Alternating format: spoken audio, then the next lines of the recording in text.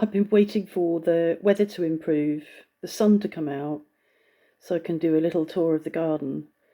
But instead, what's happened is the weather has deteriorated and it's grey, and I've had to turn all the lights on in here because it's sort of dark. Well, not dark, but dull. So we won't do a tour of the garden. I was wondering whether you ever read the comments in some of these vlogs. It's often quite interesting, the comments that come up, and I just wonder whether anybody ever reads them. At the moment, I'm having a to and fro with someone who thinks that I'm interested in questions about the Bible.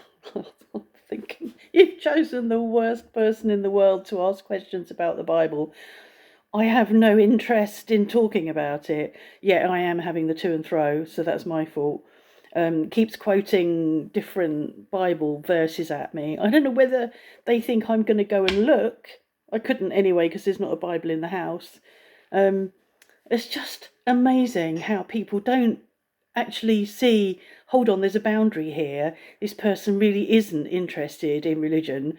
This person really doesn't have anything that they want to do with religion, so I'll chuck some religion at them like it's going to cure me. It's funny. We had a siesta earlier, and I had one of those sleeps where I couldn't wake up, and there were people in the house, and people had come in and were wandering about the house, and I'm stuck, unable to do anything about it or say anything or get up and say hello. Or it's really hard when you get into one of those deep sleeps and you can't wake up. Really weird. There's some useful information about how you might be able to help Ukraine people, and lots of people are booking Airbnbs. So you can book, Airbnb have waived their fees. You can book an Airbnb and with someone and obviously not turn up and pay immediately, and it means that the money will go into their bank account. I've just tried to do that, but I couldn't find my password and got in a right to an 8, so I might try again in a minute. But I don't like the Airbnb site. I find it really difficult and frustrating, and it's not something I use. So yeah, I've just tried to do that. So that's worth thinking about for donating money if you're able to. I've wondered about, I haven't wondered about it, I've known about it for a long time, the whole obsession in America with teeth. There's a whole thing around teeth, and teeth having to be perfect. I'm not showing you mine because they're not. And but we don't have that here. We don't have that in the UK. This need. Well, actually, there are obviously people that perhaps younger people, the people with the eyebrows and the, sort of the need to have perfect faces, perhaps they have the obsession with the teeth. Perhaps that's caught up. But people in my age group and maybe a bit younger don't have that obsession with teeth. It seems to be an American thing that you have to have your teeth done, which I find weird, odd, and sort of question why is that so important?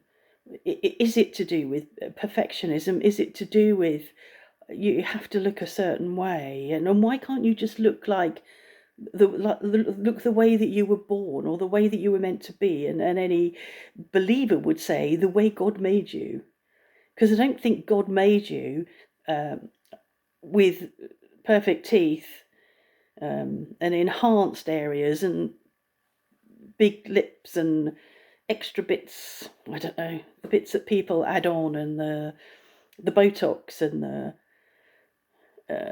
all the other things people do. If you believe in God, and I don't, that's not how you were made. You were made you were made the way you were made. Why are you trying to change it? What's wrong with how it is? Why does it matter? That fascinates me. I had to go and open the curtains. It's getting a bit warm in here.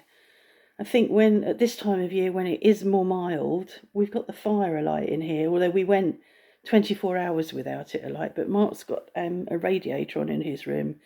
So once the temperature equalises between the two rooms, it then gets quite warm. It's 21.5 in here. That's a little warm. I'm getting a bit warm.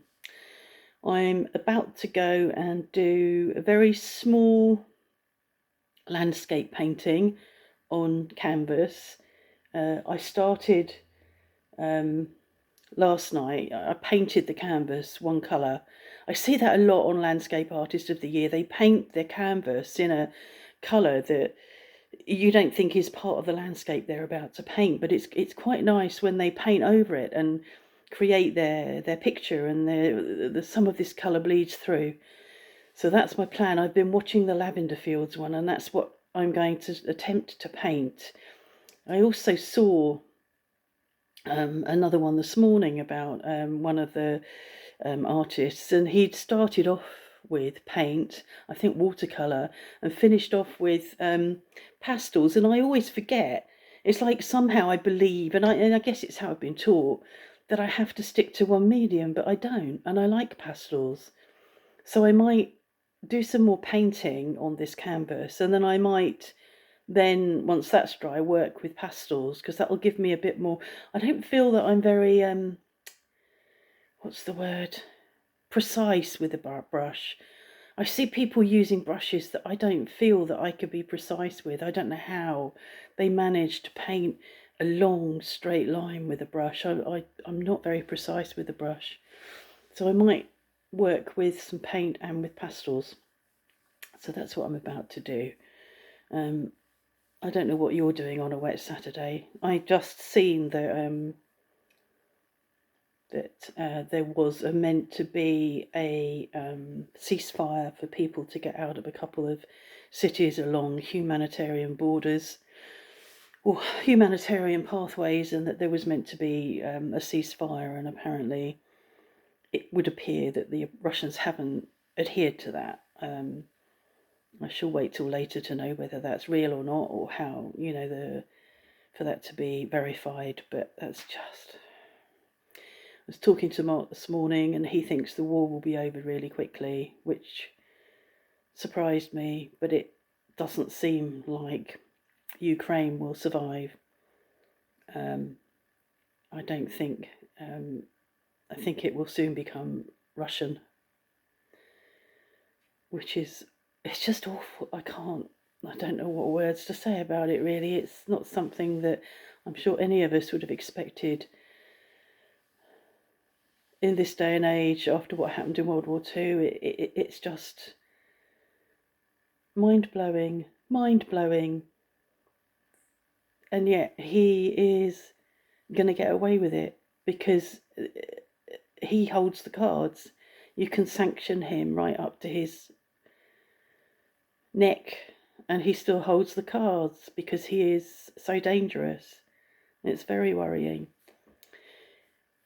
Anyway, that's a bit of a mixed bag, really, isn't it? I'm off to paint, and probably maybe see you tomorrow. Joe's coming for dinner tomorrow, so I might not. Sure, you'll be fine.